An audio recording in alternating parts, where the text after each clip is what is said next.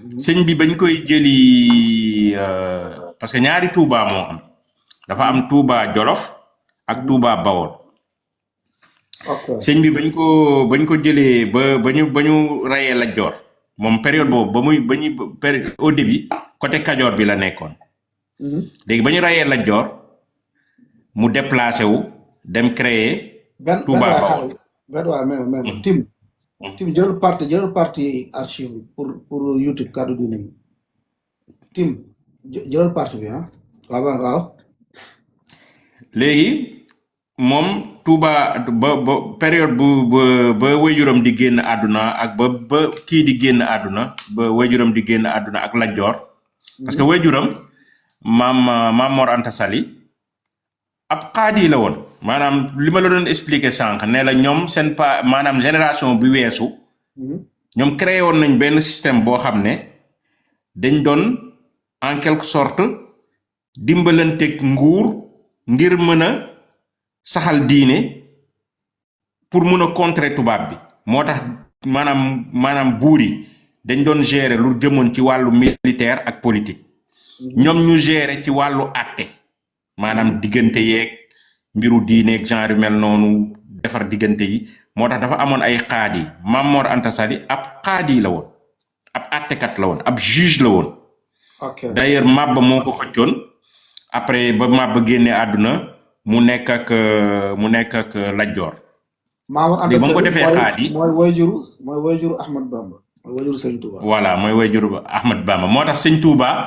ci ay leetaram danaan Ahmad ibn Habiballah Ahmad mooy moom ibn Ahmad mooy Mor parce que ñun Sénégal lii di Mor lii di Daam loolu yëpp Muhammad lañ koy delloo doomu Muhammad doomu Habiballah mooy sëñ Balla mooy wéyjuru Maam Mor Anta Sali moo tax sëñ bi loolu la doon signé Ahmad ibn Muhammad ibn Habiballah al Mbakki moo tax sant boobu sax dañ ciy ñëw beneen yoon parce que Mbàkke turu dëkk la léegi nañ ñu wax Sénégal kan moo am sant boo xam ne turu dëkk la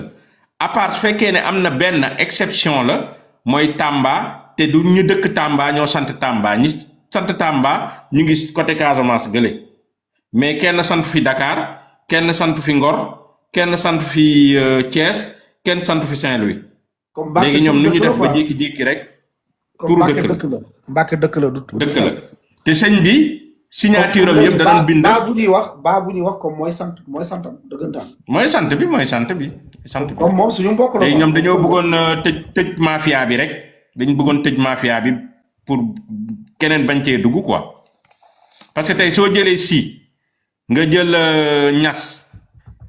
am na ñu sant si ñas ñoo xam ne bokkuñ ak Mam Maodo am na ñu sant question bi ngay wax di saay boobu posé woo dëgg bi gars yi di ko saaga kii toos posé woo dëgg gars yi di ko saaga naan nañu lijjanti baal bi bon loolu parenthèse dañuy yóbbu ci beneen gaam quoi léegi balaa mbokk bi di ñëw ci loolu c'est juste pour ngeen comprendre léegi sëñ bi léegi waajuram ba mu génnee àdduna moom déjà sax à la base maanaam le fait que waajuram nekkoon en contact ak nguur moom du ma ne da doon contester waajuram mais moom système boobu neexu ko woon dans le sens où relation nguur ak boroom xam-xam yi moom neexu parce que dafa jàppoon ni buur yi jegewuñu sëriñ si lu dul par opportunisme maanaam par intérêt moo tax ñu jege leen moo tax moom ba waajuram génnee àdduna dañoo ñëw ne ko est-ce que mën nga ñëw jël rôle bi sa waajur yoroon mu ne leen ça m'intéresse pas donc sëñ bi dafa dund nag période man intéressé wu ma maanaam politique seen yi ngeen di wax intéressé wu moo tax Lat Joor ba mu ko seetsee sax daf ko découragé loo ne ko ñii jarul ngay xeex ak ñoom ainsi de suite maanaam découragé loo ko mais mu ñaanal ko ne ko dem ak Lat Joor dem xeex dee léegi ba mu deewee foofu noonu mu nekkoon secteuru Lat Joor la woon dafa déplacé wu dem créer pour juste sori quoi dem créer Touba Bawol nekk fa léegi comme que ñoom démantelé nañu maanaam tas nañu bépp puissance boo xam ne da doon jàmmaarloog ñoom maanaam amatuñu dara luy jàmmaarloog ñoom si 1880 yi ba 1889 rey nañ ci Ahmadou Sékou rey nañ ci Maba rey nañ ci Lat Dior rey nañ ci Mohamed Lamine Dramé amatuñu woon benn force moo xam sëriñ la bu am armée wala buur bu am armée buy jàmmaar ak ñoom di xeex ak ñoom amatuñ ko woon tubaab bi amatu ko woon léegi sëñ bi ñi meree woon ci ñooñu ñi mere woon ci ñooñu ñi mere woon ci Maba mer ci Lat Dior mer ci feneen ak feneen comme que gis nañ ne moo yoroon mbooloo diggante Kajoor Bawol ak Jolof ñu ñëw wër ko yaakaar benn bés moom dina mën a def ni ñële defoon ngir dal ci kaw tubaab bi mais moom li wër te wër mooy ne mësta woote kaay xeex leen tubaab bi moom maanaam dafa bëggoon dund affaire tasawufam yooyu jàpp njaamuram mais tubaab bëggul lu ko ump c'est-à-dire lu muy jiite day bëgg a xam ñii ci lan la ñu nekk maanaam mënul am ci dëkkam ñoo xam ne dañoo yor mbooloo te du xam ci lu ñu nekk. maanaam Sëñ Tuubaa musul woote musul woote révolution contre tubaab bi Sëñ Tuubaa loolu musu ko woote. musu ko woote moom dafa bëggoon isolé wu dund ay affaire wu tasawufam affaire nguur intéressé wu ko mu jàpp njaamuram mais tubaab bi li tey xelam mooy kii nii même su wootewul xeex mais ñu ko wër ay ancien xeexkat lañu. ok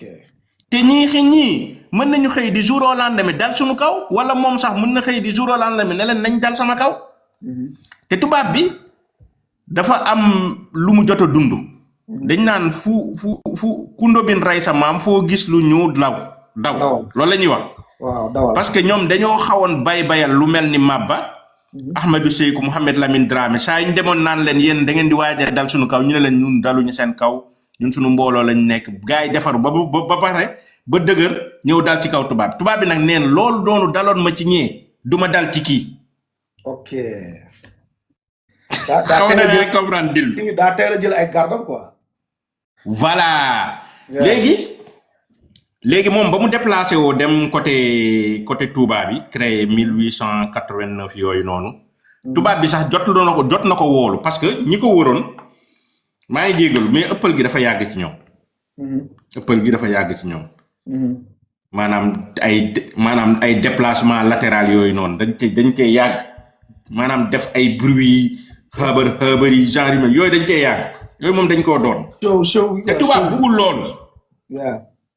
tubaab fii sooy manifester sax mooy seen Bamba Day yi ñuy naan waaw def nañu Bamba Day da nga foog ne seen Bamba Day yooyu dañuy ñëw rek bloqué tali bi noonu di ko def dañ leen naan 10 heures midi ngeen koy def bopp koñ bi ba bopp koñ bi ngeen koy def su jeexee dem leen doxi seen soxla. te da ngay laaj autorisation lu yàgg. voilà léegi nag tubaab bi déjà moom il faut ñu comprendre tubaab bi li ko indi woon du xeex diine du saxal diine. moom li ko indi woon business moo ko indi woon gars yi béy mu récupérer gerteem jaar port autonome dugal ko ci bateau yi dem transformer ko diw ak saabu indiwaat jaay ñu wala yóbbu ko ci yeneen colonie yi gars yi utiliser mu jaar Mali récupérer coton gars yi defar ay affaire mu jaare la ko port autonome lu tax mu jàppante woon ak Lat Dior sax problème boobu la parce que il fallait mu am raay bu jaar Thiès mën a yegg si Dakar pour mu mën a lu jóge Mali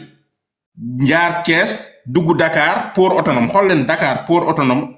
gaaru Dakar ak port autonome distance bi da nga koy dox ñoom loolu moo nekkoon seen objectif Lat Dior nag dafa jàpp ne ñii mënuñu ñëw sama dëkk maanaam di dogal sama dëkk moo tax mu bañ léegi ñu xeex ak moom faagaagal ko teg raay bi ngir mu mën a yegg Dakar nga xam ne suñu jëlee dara Niger Burkina ainsi de suite mën ko jaarale ci raay bi ramasser li ñu war a ramasser yépp récupérer gerte bi teg ci gaal yi dem transformé indiwaat jaañ wala yóbbu ci yeneen colonie yi ñu nekkoon Indonésie ba ñun lu tax ñuy lekk ceeb ñun béyuñu ceeb liñ doon béyloo ci yeneen colonie yi nekkoon ci yeneen colonie yi mooy par exemple am na benn ceeb bu siiw boo xam ne Siam la tudd turu dëkk la. xam naa ceeb boobu. ceeb boobu turu dëkk la. turu dëkk la Siam turu dëkk la. ceeb boobu génération 2000 mënuñu koo xam ceebu Siam. voilà mënuñu ko xam mais ceebu Siam moom Siam turu dëkk la ñooñu ñëpp ay colonie la yoo xam ñooñu ñoo doon béy ceeb léegi ñu koy indil ñun ñu koy consommer ñun li ñuy consommer ñoom ñu transformer ko yóbbu ko foofu léegi côté Algérie beeg Maroc bi fa lañ doon jëlee ay épices ak olive beeg ak diwu olive beeg genre mel noonu di créer seen affaire di créer ay produits di indi di maanaam di business. ok léegi nag lépp lu mën a yàq seen business boobu noonu dañ koy sàmm léegi ñoom fexe nañu ba déstabiliser bépp puissance bu leen doon tere ñu teg seen business. ok maanaam bépp résistant moo xam buur la Lat Joor rey nañ ko rey nañ Maba rey nañ Ahmadou Sékou Mohamed Lamine Dramé rey nañ ko léegi ñooñu meroon ci ñooñu ñëpp nag ñoo wër sëñ bi. ok même suñu waxul sëñ bi ñun lii mooy suñu yéene mais tubaab bi xam na leen ay anciens vétérans. comme loolu foofu fii dafa am solo. comme sëñ Touba ña ko wóoroon ci ay taalibe ñu naan ay taalibe la di ko dooleel yépp mooy ñi nga xam ni dañoo meroon ci rey bu ñu rey Lat Joor ak rey bu ñu rey Kansi ni ñu ko tuddee ñeneen ñi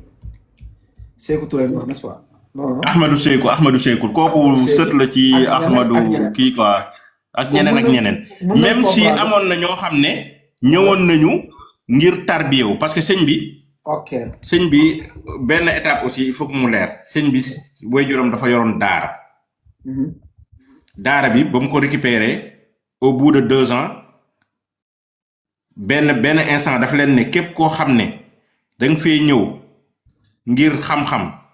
yeewi naa la fekkee ne da ngaa namm dem ci yàlla mooy muridullah mën nga toog. ñenn ñi insister mu xaaj daara bi. jox benn partie bi frère am mooy Momar Diarra kooku ñoom moo kooku ñoo bokk ndey ak baay. ak comme su ma déggee foofu ça veut dire que papa moom dafa yemoon rek ci jàng ak jàngale. c'est tout waaye garantiwul kenn ne dama lay yóbbu ci yàlla ak yooyu. non. waaye sëriñ moom boobu ñëwee moom dafa leen ne la papaam loo def mooy jàng la ba nga mokkal moom new ci loolu moom day yóbbuwaate ci yàlla. c'est ça. waaw boobay dóor quoi boobu mooy dóor moom wax dëgg yàlla. léegi ban am na ñoo xam ne d'ailleurs sax am na ñoo xam ne seen maam ci lañu gàddoo seen bagage dem ki ci gën a siiw mooy wayjuru sëñ Sam Mbaye men waaw ok loolu muslim moo leen ko mën a détailler.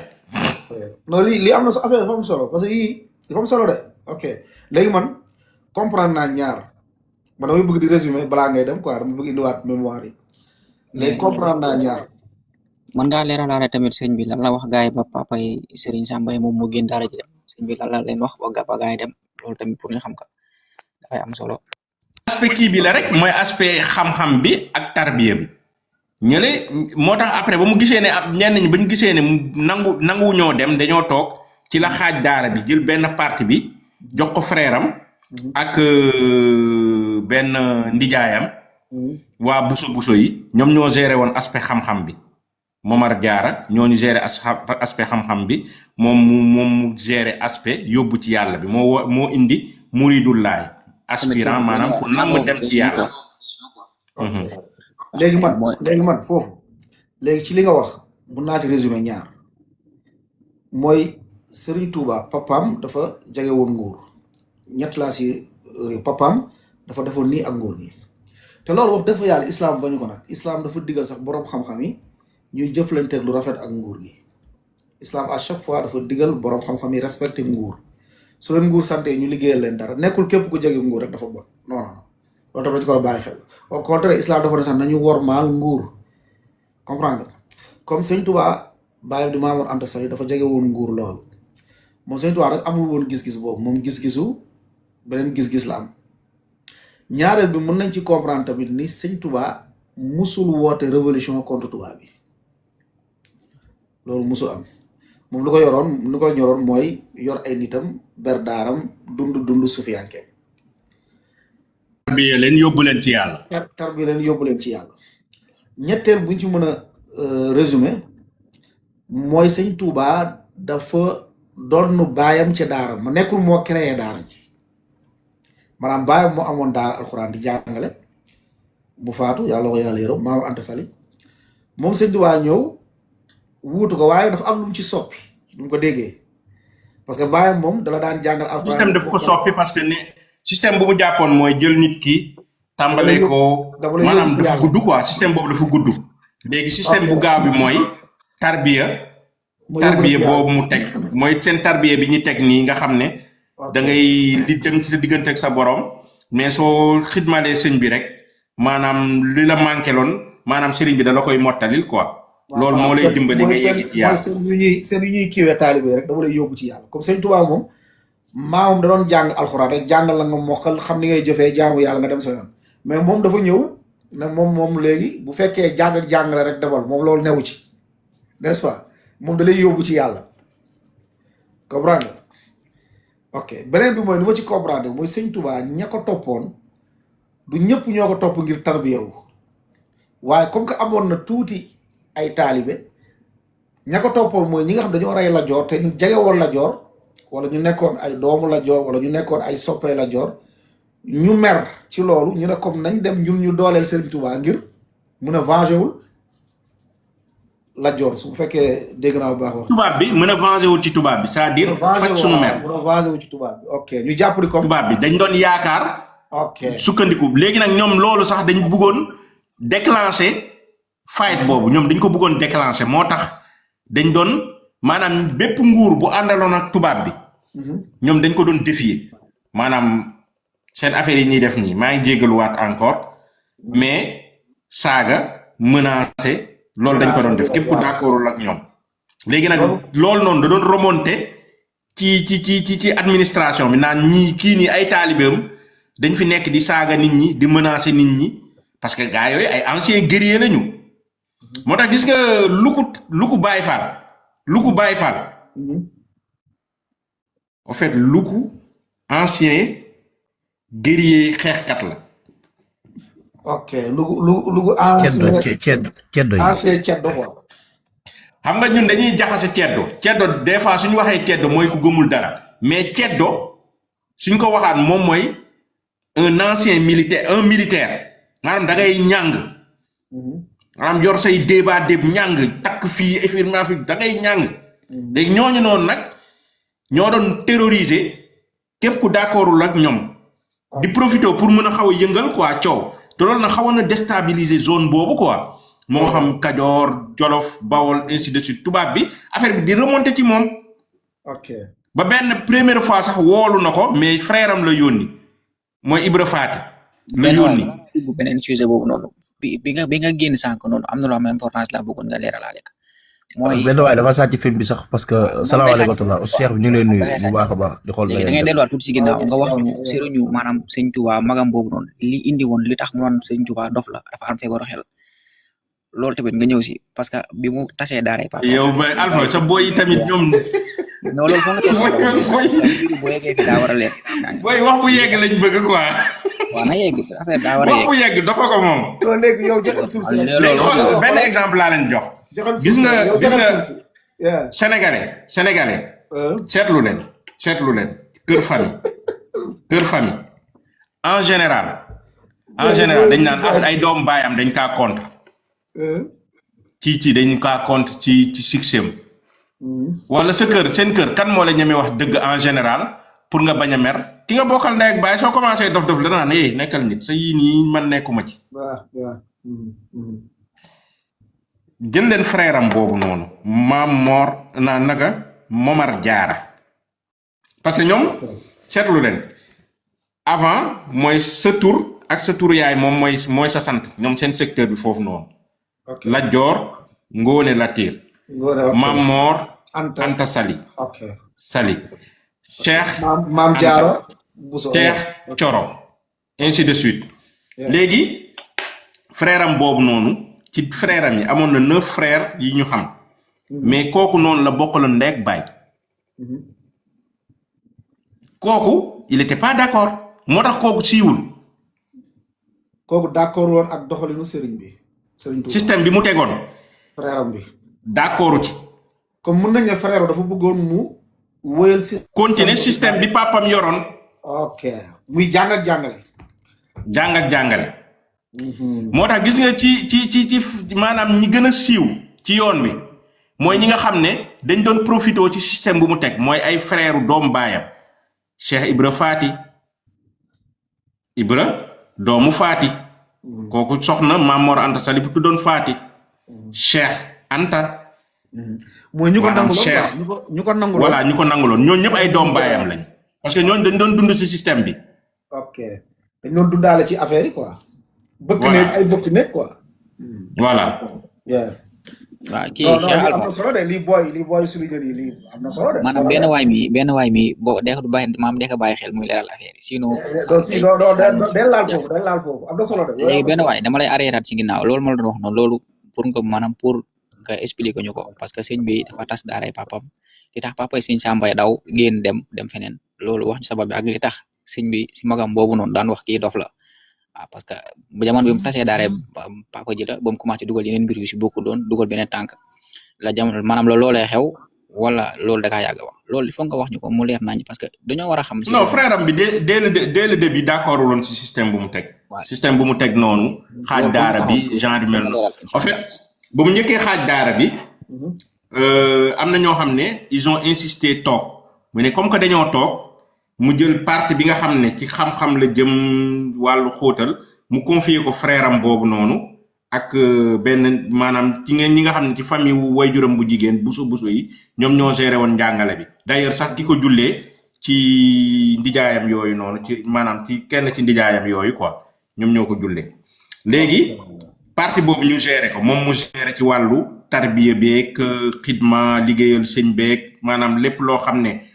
jëm na ci jaamu yàlla mun nga ko def mais voilà munoo xóotal mais soo liggéeyalee sëñ bi rek doy na la quoi pour nga yegg ci yàlla benn waay nga baal système boobu moo mujjee dominé ci yoon wi dama léegi nga baal mais archive bi il faut nga leeral gars yi ne bi sëñ bi muy njëkk a woote loolu noonu li ëpp ci taalibe yi nga xam ne ñoom amoon nañ xam-xam xamoon nañ li paa bi jàng dañ ko topp ñu ko solo dañoo génn non dañoo dem maanaam ñu ëpp ci ndongoy paa bi quoi ñu ëpp ci ndongoy paa bi bu doon saana masalan 80 yëpp a dem 20 ñoo fa toog ñëpp a dem léegi am na ñu fa desoon mais ñu fa desoon mu xam ne ñi il faut mu kii leen te loolu moo leen ñor ci la leen confier frère am bi ak maanaam ndijaayam bi quoi maanaam famille wu waajuram bu jigéen quoi. léegi man ban lien la papay Serigne Sambay am ak frère am frère Serigne Touba bi parce que. wala non papay Serigne Sam kii la woon quoi naka lañ ko waxee. ci ndongo yi kii la bokkoon quoi Maam Mor Anta Sali yi quoi. ok léegi nag ba mu récupéré daara bi moom dafa dem moom système bi sëñ Touba teg moom loolu tax ko foon toog quoi moom mu dem. voilà moom sëriñ bi dugg ko quoi. ci voilà moo tax sëñ Sam après lañ ko récupéré sëñ Sam sëñ Abdoul Ahad moo ko récupéré mais ñoom seen famille. doo leen dégg ba léegi même soo leen di dégg tuuti seen maanaam après sëñ Sam est-ce que déggaat nga ay doomam ñu nekkaat ci bagage yi xóot ci. waaw parce que Djily Mbaye moom muy woon ci leneen moom. voilà. moom muy woon ci leneen xóotuñu ci. yaakaar naa ñoom ñaar ñoo bokk papa Djily Mbaye ak sëñ Sam. waaw ñoom même famille bi la quoi. waaw sëñ Sam. léegi ñu continuer c'est juste pour comprendre aspect boobu. Sam moo nekkoon gànn mesere bi rek ci jamono jooju quoi. waaw parce que dañ bëggoon wax affaire bi xam-xamee quoi. waaw loolu après dinañ ci ñëw benn bés mais loolu dafa am lu ko waral quoi dafa am lu ko waral loolu sëñ Abdoul Ahad moo ko def pour gën a parce que bés jamonoy sëñ Fallou dafa bëri woon ay wax yu ëpp genre légende gars yi nag dañ bëggoon raxas maanaam amoon nañ volonté raxas leeral affaire yi gën a tegu ci kii mais comme que ñoom li sëñ bi bind duñ ci teggi dara boo tax kële ba mu ñëwee lépp la jël. ok ci la ay xaatimatul mun naa jaati ci lañ ko boole ci bagage yi ay kataba yëpp ñu boole ko ci bagage ok am na kataba yoo xam ne moom dañ kaa tëj dugal ko ci ay niñ koy waxee ci ay waxane ok yooyu moom kenn du ko ubbi léegi loolu parenthèse la woon léegi sinon rek après dañuy perdre fil bi quoi pour ñëw ci bureau ba ca Ndar léegi mbokk yi dafa war a tase lii enregistré leen ko yii moom dafa war a tas quoi léegi dafa léegi moom léegi tubaab bi ba ñu tasee Kajoor récupéré ko mu nekk seen loxo boo xam ne fii nii ci autorité tubaab bi la nekk mu déplacé wu dem Touba foofu noonu nekkul woon ci autorité tubaab bi mu ngi woon ci autorité famille wu Cheikh Ibra parce que Cheikh Ibra sëtu buur la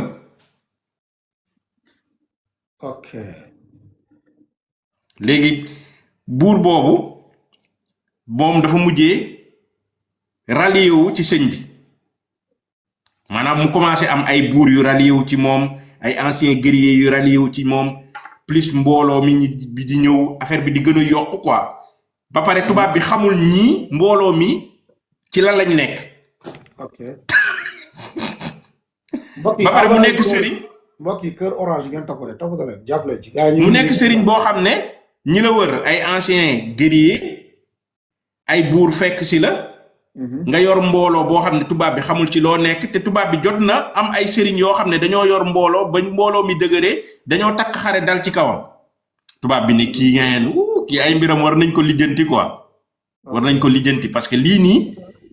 bés bu dalee suñu kaw duñu xam fuñ koy lijjantee parce que moom problème am moo doon li gënoon nekk seen problème sax mooy mouridisme dafa ñu naan décentralisation maanaam système cheikhat bi par exemple da ngay jël Cheikh Ibra mu yor mbooloowam côté Thiès Saint-Louis Ndande mooy fu mu cosaanoo nga jël Ibra Sarr Saint-Louis mu yoroon fa mbooloo mu seexal ñeneen yor fa mbooloo gars yi di def ay dem ñëw affaire bi dem ñëw mbooloo yi di dajaloo tubaab bi commencé am ay écho am luñ koy wax mu xelam di gën a ñaaw nag xelam gën a ñaaw léegi 1889 ñu woolu ko mu yónni frère am teggi tuuma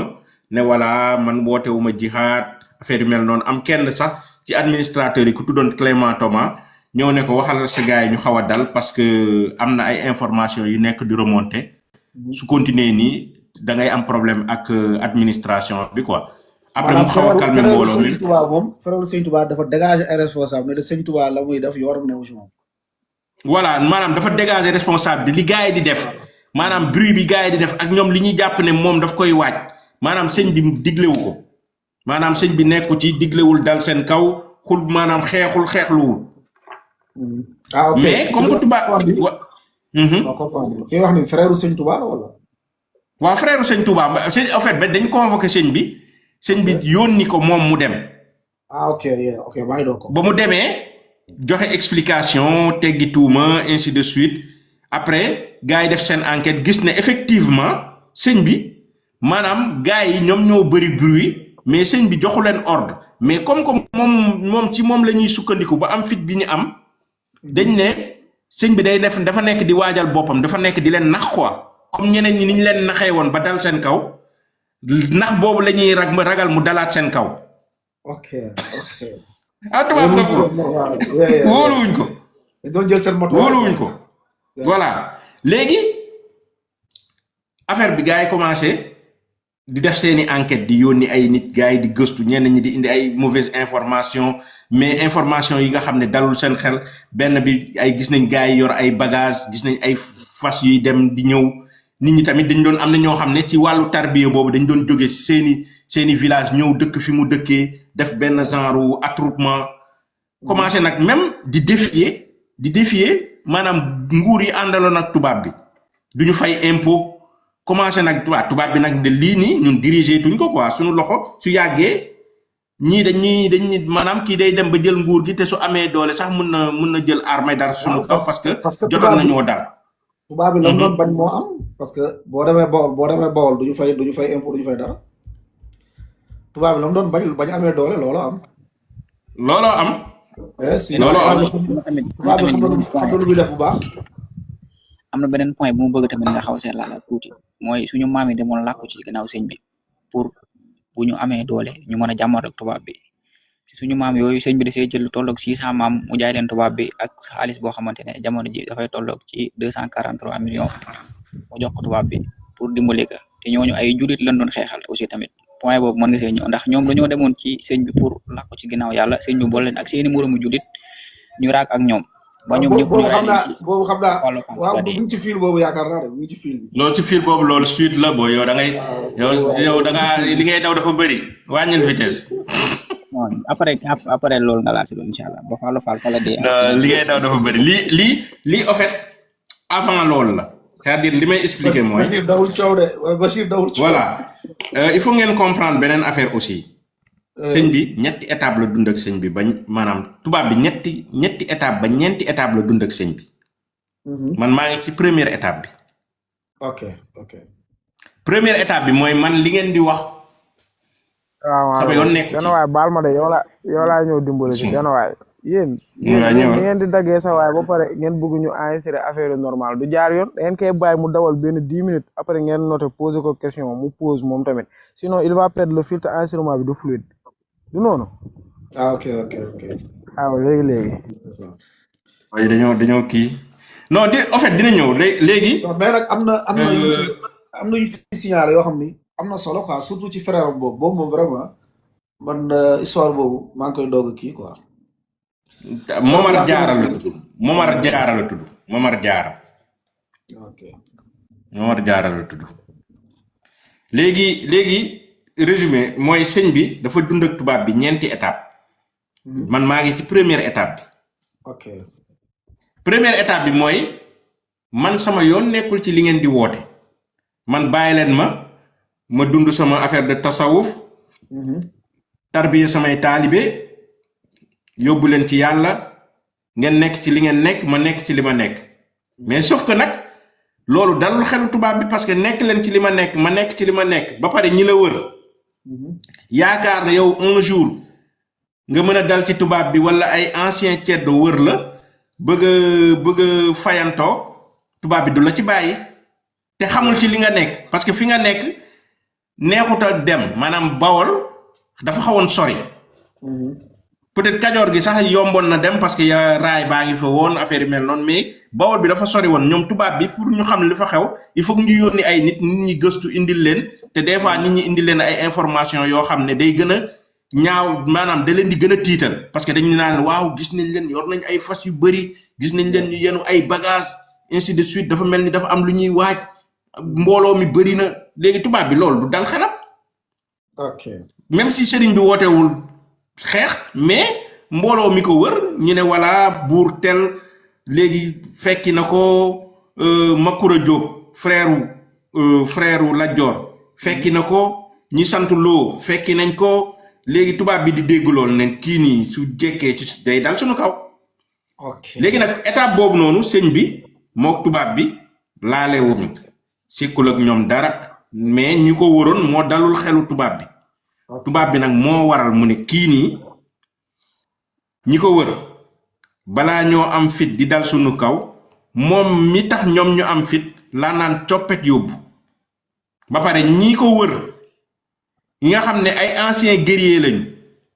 ma jàppalu leen yóbbu leen ci ay buur yoo xam ne dañoo d'accord ak man ñeneen ñi ma ne leen dellu leen seen fi ngeen cosaanoo dellu leen seeni village comme mën nañ ci déggee ne lu muriti waxkatu muriti tëb di wax naan sëriñ bi tubaab bi dafa tere jaabu yàlla sëñ bi kese résister loolu du dëgg daray diine affaire politique la rek tubaab bi dafa bëggoon stabiliser dëkk bi gis ne ñii mën nañ xëy dal ci kawam di jour au lendemain mu ne balaa lool di dal sama kaw naa tas mbooloo mi ñi nga xam ne dëkkuñu fi sëñ bi dëkkee wër sëñ bi nañ dellu fu ñu dëkkoon ancien guerrier yi nga xam ne mën nañu xëy dal sama kaw naa leen jàppalu yóbbu leen ci buur yoo xam ne dañoo d'accord ak man sëñ bi ci boppam naa ko yóbbu histoire gars yi calmé wu lii moo waral yóbbu sëñ bi. très bien. léegi pour ñu dégg français benn waay su ma la laajoon li ngay wax ban référence nga may delloo ci lii parce que am na ñuy bind naan yéen a ngi créé yéen a ngi soppi su ma la waxoon référence. voilà léegi tafal archive yi ñu bind jamono jooju. ok Bachir maa ngi lay. bindu loxo loolu bindu loxo la bindu loxo. Bachir maa la koy envoyé ah. le temps que muy ñëw li ma wax nii yëpp ngeen déglu ko en français ñu résumer leen ko.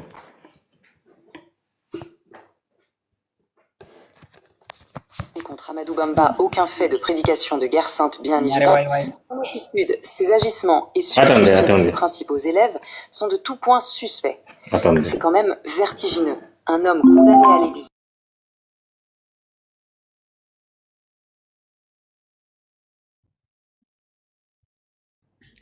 ñu ci preuve la ñuy dox. maa ngi ñëwaat li ma doon wax nii yëpp ñu ngi koy tënk nii ci français ngeen déglu ko. Que si l'on a pu relever contre Amadou Bamba aucun fait de prédication de guerre sainte bien évident, son attitude, ses agissements et surtout ceux de ses principaux élèves sont de tout point suspects. C'est quand même vertigineux. Un homme condamné à l'exil, littéralement arraché à sa terre, sur la base d'un rapport officiel qui admet noir sur blanc qu'il n'y a absolument aucune preuve. Zéro preuve matérielle, exactement. On est en 1895. Et ce qu'on a sous les yeux dans ces archives coloniales françaises, c'est l'anatomie clinique parfaite d'un procès préventif. Bonjour et bienvenue dans notre émission. Aujourd'hui, on enquête sur l'affaire Amadou Bamba. C'est vraiment l'un des moments de bascule de l'histoire coloniale du Sénégal. Un dossier qui, comme on vient de l'entendre, repose intégralement sur la suspicion. Oui, on a épluché les minutes du conseil privé, les rapports de l'administration de Saint-Louis. Et ce qui saute aux yeux quand on lit ces archives, c'est la paranoïa politique et géographique d'un appareil d'État face à un homme qui n'a commis au final aucun crime avéré. Chapitre 1, un procès sans preuve. Léegi déglu leen rek lii nii tubaab bi bu mu koy bind pour ñoñam la ko doon bind mu ngi bind ne kii nii jàpp nañ ko mais musta woote xeex ak ñun c'est-à-dire amuñu preuve buy wane ne dafa bëgg a jël ngànnaay contre ñun mais li ko wër moo tey suñu xel déglu leen la suite. Très bien. Concrètement, comment on en arrive à une situation juridique aussi absurde? Pour comprendre, il faut vraiment se plonger dans le procès-verbal d'ouverture de cette fameuse séance. On est le 5 septembre 1895 à Saint-Louis du Sénégal. Il est 9h du matin et le gouverneur par intérim Moutet... Déglu leen jeudi 5 septembre 1895 à 9h du matin. Jox le jour, jox la date, jox la heure. Jox la ay tour. Ñu continuer. C'est le sommet absolu de l'administration. Le commandant supérieur des troupes, le procureur général, le directeur de l'intérieur, il y a tout le conseil privé convoqué en urgence absolue, uniquement pour statuer sur le sort d'un seul individu. Et c'est là qu'on... Voilà, am na benn terme bu mu utiliser. Tubaab bi yóbbuwul sëriñ bi lu dul li français di wax paranoïa. C'est-à-dire paranoïa mooy koo xam ne dangaa ñaaw njortu quoi. ok maanaam dangaa ñaaw njortu ragal mais dina màttem du màtte am na lu ma jot a am na ñenn ñoo xam ne ci sama dama sàggandiku ba ñu jël ngànnaay dal sama kaw te loolu amatul depuis boobu ba léegi depuis 1886 ba 1880 presque 10 ans amul kenn ku dal sama kaw balaa kii di dal sama kaw mais dama koy soril balaa affaire yi di dal sama kaw c'est tout. waaw mooy faagaagal ma faagaagal ko. voilà c'est tout. comme jamono ji nañ jàpp ni sëriñ yi fa nekkoon bëri nañ tubaab bi ku nekk mu ngi la bàyyi woon ak sa jàmm ak sa daara yaa ngi jàngale yaa ngi julli yaa ngi nodd n'est-ce pas comme jamono ji Alaaji Malik bi woon daaraam di jàngale di julli di nodd Ablaye Niass ñu woon daaraam di jàngale ñu ngi julli ñu ngi nodd tubaab bi li jënduwul seen jaamu yàlla ak seen diine yoonam newu ci comme fii rek xel yi dañoo bëgg a fàttali xel yi ni comme sëriñ bi yéen waxkatu burit yi wax bi ngeen di wax ni tubaab bi dafa tere woon jaamu yàlla ñëpp kii seen bi rek a bañ loolu du dëgg amut waaw kon tubaab bi lu ñu ko jàppee mooy mbooloo bu bari bu ko waroon tubaab bi daal di ragal ni kii dafa ñëw bëgg a dal sama kaw bëgg a fayul la joor wala yooyu tubaab bi jël ay matuwaayam waaye nekkul jëmmeeg dañoo tere ku julleeg nangam comme seen yooyu di wax seen waxkat yooyu di kàcc rek loolu du dëgg mën nga avancer. On découvre ce rapport du directeur des affaires politiques. Le contraste entre les deux pages est complètement schizophrène. Totalement. À gauche, le texte... Schizophrène ñi ko xam ci français moom mooy koo xam ne feebar la quoi xaar leen ma wax la schizophrène kan moo ko mën a tekki ci wolof bu leer attends schizophrène genre nit la koo xam ne maanaam lépp lay tiital quoi lépp loo gis da ngay gis maanaam safaan ngay gis ci ginnaaw quoi lépp lu yëngu da ngay foog ne maanaam day dal sa kaw quoi. ok voilà tubaab bi nag mbooloo moom noonu moom daluloon xelam. parce que seetlu na mbooloo mi lan moo nekk ci biir mbooloo mi mbooloo moo xam ne ay anciens vétérans ñoo ci nekk tubaab bi danaan ñii nii ngeen suñu paree ci man parano schizophrène tout ça ci man lañ jëm ñu continuer.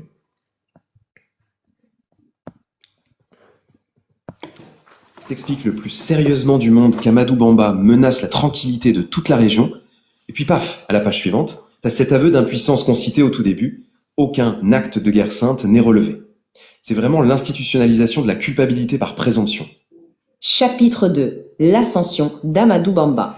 Mais au fait, qui est cet homme pour faire trembler à ce point tout l'empire colonial? Les rapports le décrivent comme un leader brillant doté d'une habileté exceptionnelle. Son influence a littéralement explosé juste après la mort du célèbre résistant Lat Dior. Bamba devient un peu le réceptacle de toutes les frustrations locales. Voilà, Bamba devient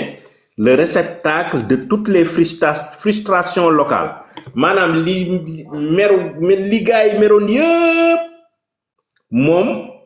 dañoo yaakaar ne suñu wéeroo ci moom dinañ ko faj ci li leen tubaab bi def moo tax ñu ñëw wër ko plus ñi nga xam ne dañ ko wëroon ngir diine mais am na ñoo xam ne ñu ci bëri dañ ko wëroon yaakaar ne mën na xëy benn bés woote jihaad ngir faagaagal tubaab bi sànq yaa ngi joxe benn exemple ci nguur ak borom xam-xam en fait duma ko ci balaame xalaatam la mais moom jamonoom